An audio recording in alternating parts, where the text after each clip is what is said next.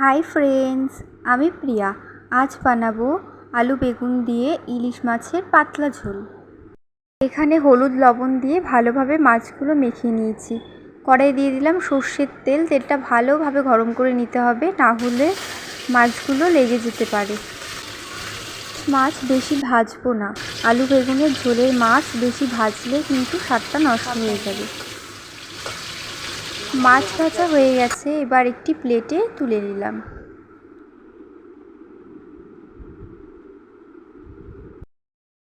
সবকটা মাছ ভেজে নিয়েছি, এবার ওই তেলের মধ্যেই বেগুনগুলো ভেজে নেব।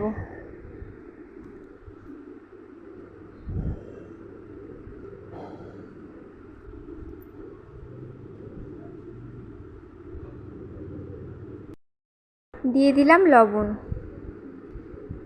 ভালোভাবে নেড়ে চেড়ে নেব।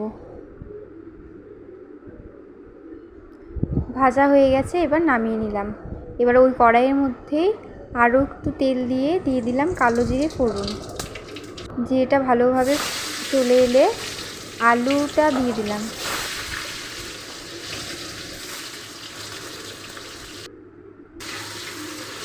আলুগুলো একটু লাল করে ভেজে নেব।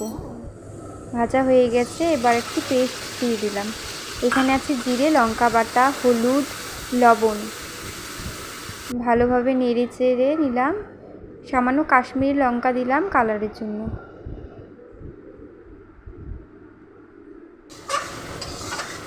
ভালোভাবে কষে নেব। কষানো হয়ে গেছে, এখন সামান্য জল দিয়ে ঢাকা দিয়ে দেবো, যাতে আলুগুলো ভালোভাবে সেদ্ধ হয়ে যায়।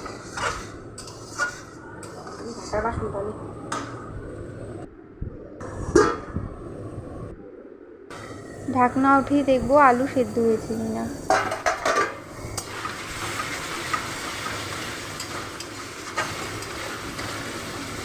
আলুগুলো ভালোভাবে সেদ্ধ হয়ে গেছে, এবার বেগুন কটা দিয়ে দিব। বেগুন দিয়ে ভালোভাবে আর একটু কষিয়ে নেব।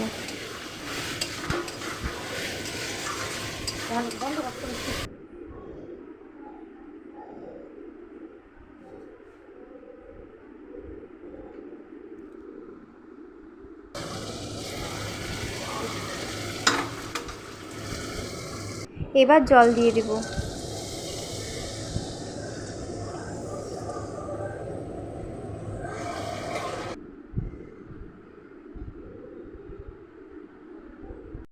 আপনারা আপনাদের পরিমাণ মতো জল দিয়ে নেবেন।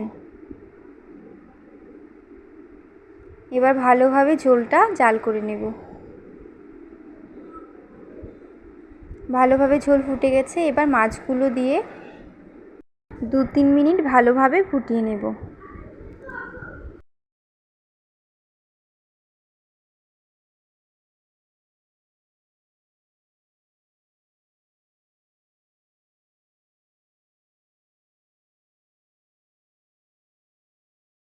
আলু বেগুন দিয়ে ইলিশ মাছের ঝোলটা খুব ভালোভাবে ঝাল হয়ে গেছে, এবার নামিয়ে নেব।